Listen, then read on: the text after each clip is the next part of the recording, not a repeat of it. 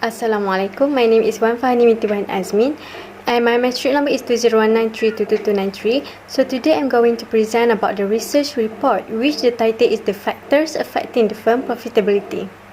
So in this video, I will be explain about 5 chapters, which is Chapter 1 Introduction, Chapter 2 Literature Review, Chapter 3 Data and Method, Chapter 4 Findings and Analysis, and the lastly is Chapter 5, which is Conclusion and Recommendation.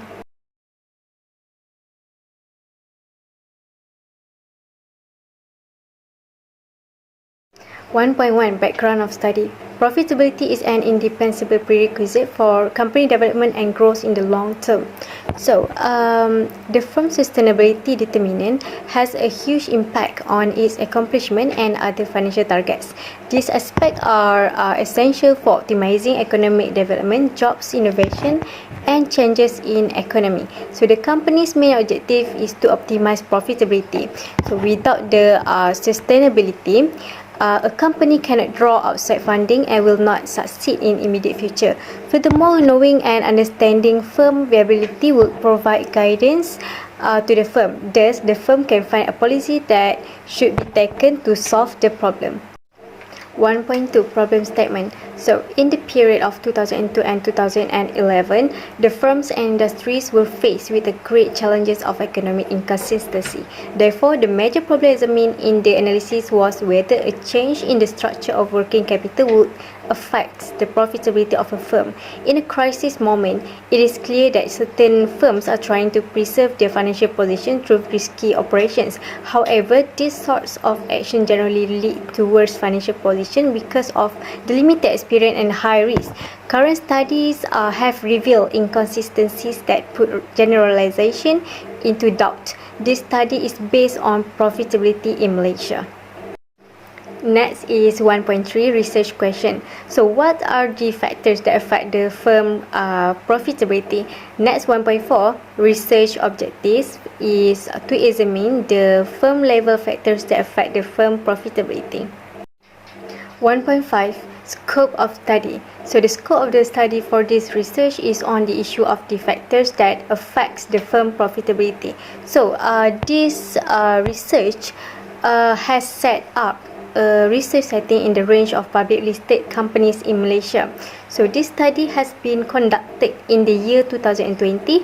The method that has been applying in this research is the regression method. So next we move to the 1.6 Limitations of study. So the limitation of this research study is only in the area of public listed companies in Malaysia. So this research study is also limited in using the regression method only and does not involve any other method. This research study was also deliberately limited in the year 2020 at the latest. Next 1.7 is the significance of study. The significance of this research study is to find out the companies or organization that can determine the factors that can affect their firm profitability.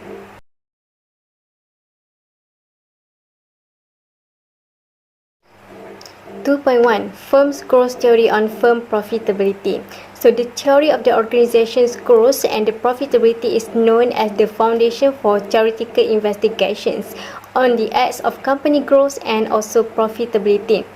So the prior literature and theoretically and empirically approaches to firm growth theory is reviewed in this section. So, according to evolutionary theories on corporate growth, profitability entails corporate expansions. So, they claim that fitter businesses thrive and develop while less viable businesses deteriorate short.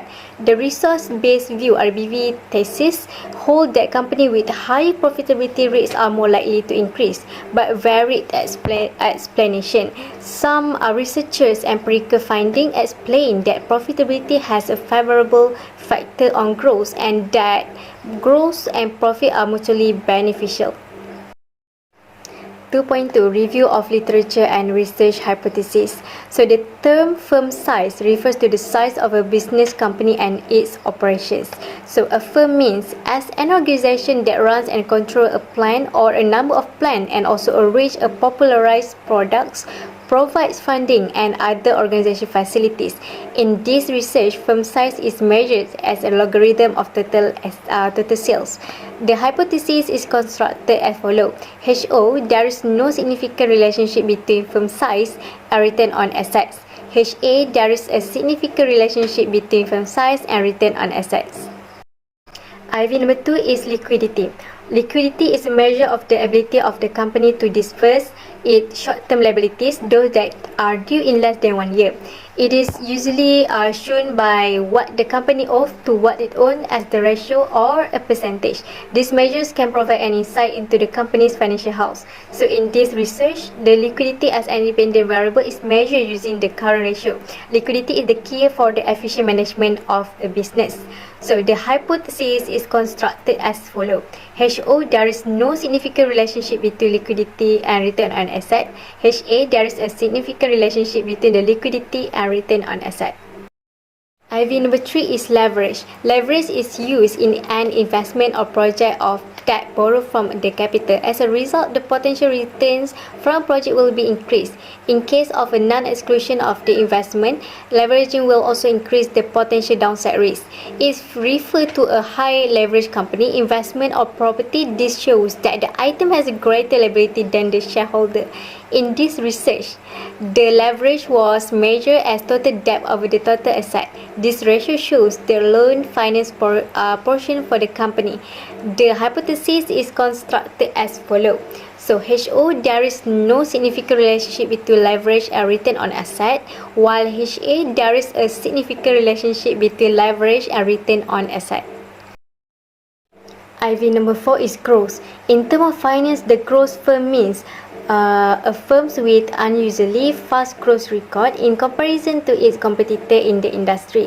While this term is broadly used in financial media, the exact use of the term is often differing among analysts. Growth firms are often used in financial market among the most popular and widely debated firms. The reference to the growth of a company usually refers to its financial metrics such as revenues, market share, and asset.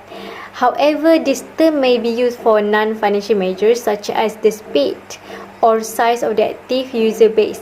As in this research, firm growth is measured as turnover over sales. The hypothesis is constructed as follows. HO, there is no significant relationship between growth and return on asset. HA, there is a significant relationship between growth and return on asset.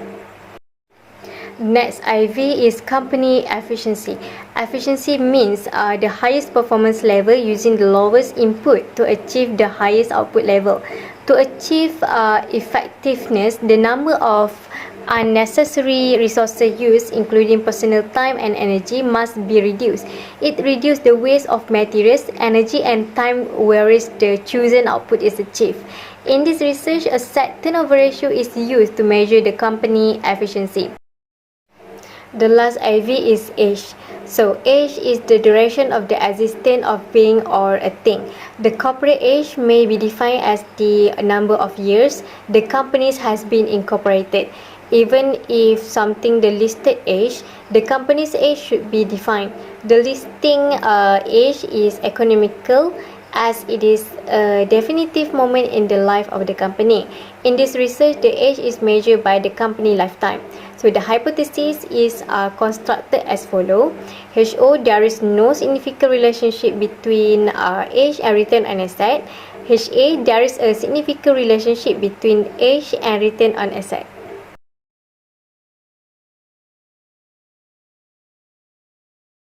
Then 3.1.1. So in this data collection, the population organization of the unit of analysis used in this research study are public listed companies in Bursa Malaysia. So this research used data collection as of in the period of study in year 2020. The types of analysis used in this research is cross-sectional data analysis. As for the sources of data collection, the data was taken from the databases that are used Econ and Data Stream database. So the population that being researched in this research is in the Sharia compliant securities, which is under the sector of construction. So the number of securities involved as for population of the public listed companies are 52 companies as at November 2020.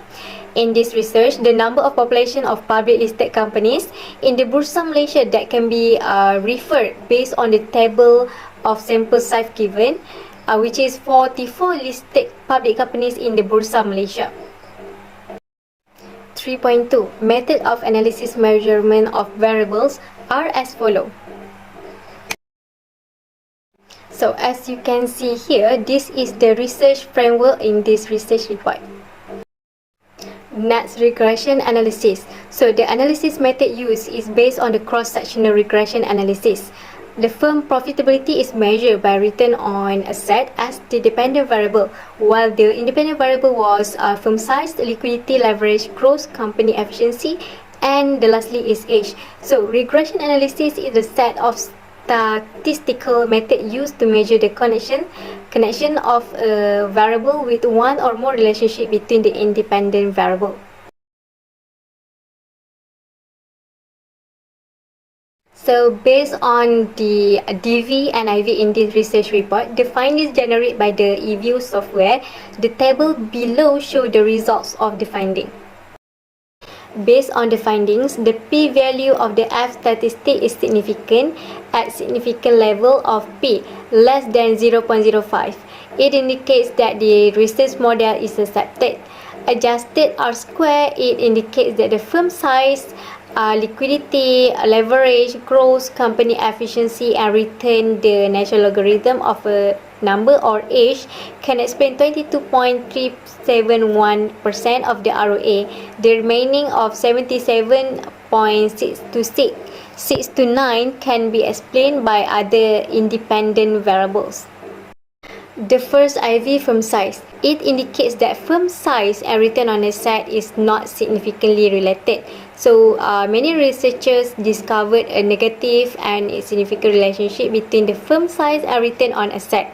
So according to previous studies, firm size has a positive and significant relationship with return on asset. They state that the size of the firm help to limit the impact of political agency costs on profitability.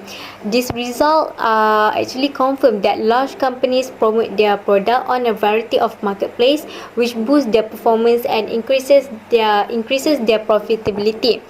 Larger companies have a greater access to financial resources, resulting in reduced cost of capital and larger profit. Therefore, we reject our first hypothesis, which state that there is no significant relationship between firm size and return on asset. So the p-value of liquidity is found to be insignificant. As such, HO is to be rejected. It indicates that liquidity and return on asset are positively significantly related. Consequently, liquidity plays an important role in determining the firm's profitability. Many researchers discovered that liquidity has a significant relationship with profitability. However, past research has found that high liquidity can increase the agency cost and impair performance. As a measure of firm liquidity, the current ratio and return on asset do not demonstrate any significant relationship. This is due to the fact that profitability does not depend on cash basis, and liquidity is essential in financial institutions such as bank, but not in non-financial firm. Thus, our second hypothesis is felt to be rejected, since there is a significant relationship between liquidity and return on asset. The third IV is leverage. It indicates that leverage and return on asset are insignificantly related. The findings of our study are similar with previous research, which discovered the leverage is to be insignificant. According to past studies, leverage has a minimal effects on financially distressed firm. This is because large firm liabilities are covered by the high asset owned by the company as a whole. However, the findings of the other researchers are completely contradict. Our study indicates a different result than previous study. Based on this previous study, leverage is directly related to profitability. Therefore, we reject our third hypothesis, which states that it is insignificantly related between leverage and return on asset. The first IV is growth. The previous study had contrast results from this research, where previous researchers predicted a significant relation between growth and return on asset. The researchers indicate that any increase in the value of return on asset in general will lead to larger profit for companies. Profit will increase as a result of companies' increased ability to create profit growth. However, based on the result of our study, we indicate that there is no significant relationship between growth and return on asset. Thus, based on our result, we must reject HO, which state that growth and return on asset have no significant relationship. Next IV is company efficiency. The study's finding indicates a significant relationship between company efficiency and return on assets. Our results are in line with the findings of Skolnick 2002.